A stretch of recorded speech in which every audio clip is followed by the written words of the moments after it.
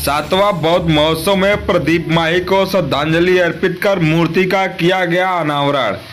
प्रयागराज जनपद के कौंधियारा ब्लॉक अंतर्गत आने वाले माही ग्राम सभा में रविवार दोपहर 1 बजे के करीब विशाल बौद्ध महोत्सव कार्यक्रम का आयोजन किया गया, जहां महोत्सव कार्यक्रम में तत्पश्चात भगवान बुद्ध के प्रचारक एवं समाज सेवी स्वर्गीय प्रदीप माही को श्रद्धांजलि अर्पित करते हुए मूर्ति का अनावरण किया गया। समाज में एक साथ काम करते थे, लेकिन प्रदीप माही जी 2008 से यानी 3 साल पहले से उस समाज से जुड़ गए थे, बहुत ही बचपन से।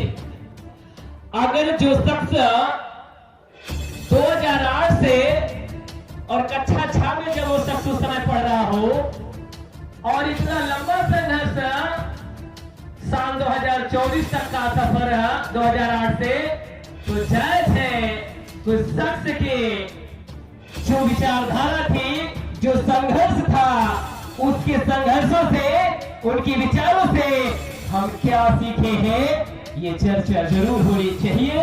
और चर्चा के पहली लाइन को शुरू करने से पहले एक शेर और शायरी के माध्यम से मैं आप सबका संबोधन करना चाहता हूं कि जिनमें हिम्मत है और वास्तविक रूप से एडवोकेट प्रदीप माही हिम्मती थे और उनकी हिम्मत से आज युवाओं को क्या मिला है वो आपको आगे बताने वाला हूं। लेकिन जो हिम्मत उनमें थी वो हिम्मत एक शेर के माध्यम से बताना चाहता हूं कि जिनमें हिम्मत है वो कुदरत में दखल देते, कि जिनमें हिम्मत है वो कुदरत में दखल देते हैं, राह में काटते हैं उसको भी मदद देते हैं।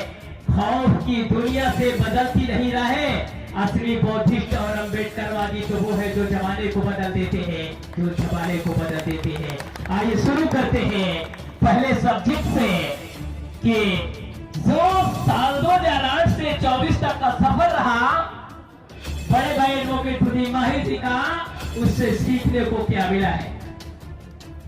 तो मैं आपको एक लाइन में बताना चाहता हूं, क्योंकि बहुत विद्वान वक्ता आज इस माही की सरजमी पर अगर आए हुए हैं, तो वो विद्वान वक्ता अगर दूर से चल करके इस माही की सरजमी पर अगर आए हैं, उसमें उसी शख्सियत के हाथ है, आप तस्वीर देख सकते हैं और उनके नाम से आप अपरिचित नहीं है। एडवोकेट प्रदीप माही जी को संघर्ष था, जो ये हस्तियां बैठी हुई है माही की सरजमी पर, ये उनका संघर्ष कोई छोटा मोटा संघर्ष नहीं था।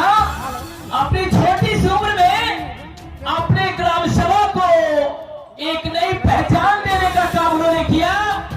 किसके माध्यम से?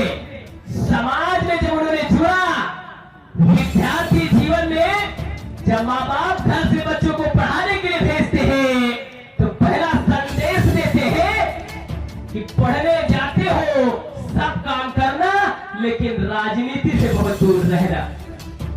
लेकिन धन्य बड़े भाई एडवोकेट प्रदीप माही जी, आप एजुकेशन से जब जुड़े कक्षा 8 में जब थे, तो इसे आपने सामाजिक चेष्टा, सामाजिक चेतना आपके अंदर आई कि समाज में काम करना चाहिए। अगर हम समाज में काम नहीं करेंगे तो हमें पढ़ने और लिखने का हमारा कोई मकसद और उत्तरदायित्व नहीं रहेगा, मेरे पढ़ने लिखने का कोई मतलब नहीं रहेगा। ये बात उनकी समझ में आई। जब आपकी बात समझ में आई तो उन्होंने बहुत ही कम उम्र में इतनी बड़ी जो पहचान बनाई है, वो घर बैठ के पहचान बनाना असंभव है। इतनी छोटी सी उम्र में कम से कम उस शख्स ने 200 धरने प्रदर्शन में शामिल होने का काम किया है, लाठियां खाने का काम किया है।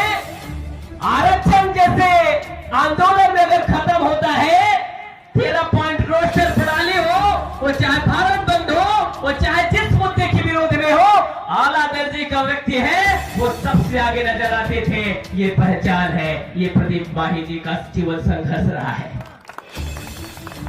और मैं आपको बता दूं, हम सब के मंच पर माननीय बड़े भाई मुन्ना जी भी बैठे हुए हैं। जबिंदरपुर की घटना हुई थी, तो पहला शख्स उस घटना में जो प्रधान जी के साथ घटना हुई थी, वो पहले शख्स थे जो प्रदीप माही थे। वही जब घटना हुई तो प्रदीप माही और हम लोग जब पूरे ताकत के साथ आपके साथ में जुड़े, तब आप प्रदीप माही और हम सब के बीच में इतना लगाव था कि आज माही की सरजमी पर आप अपने आप को रोक नहीं पाए हैं। प्रदीप माही का जीवन संघर्ष, आज उनका इतना बड़ा योगदान है कि कभी कभी तो योगदान से भी आंखें भर आती है।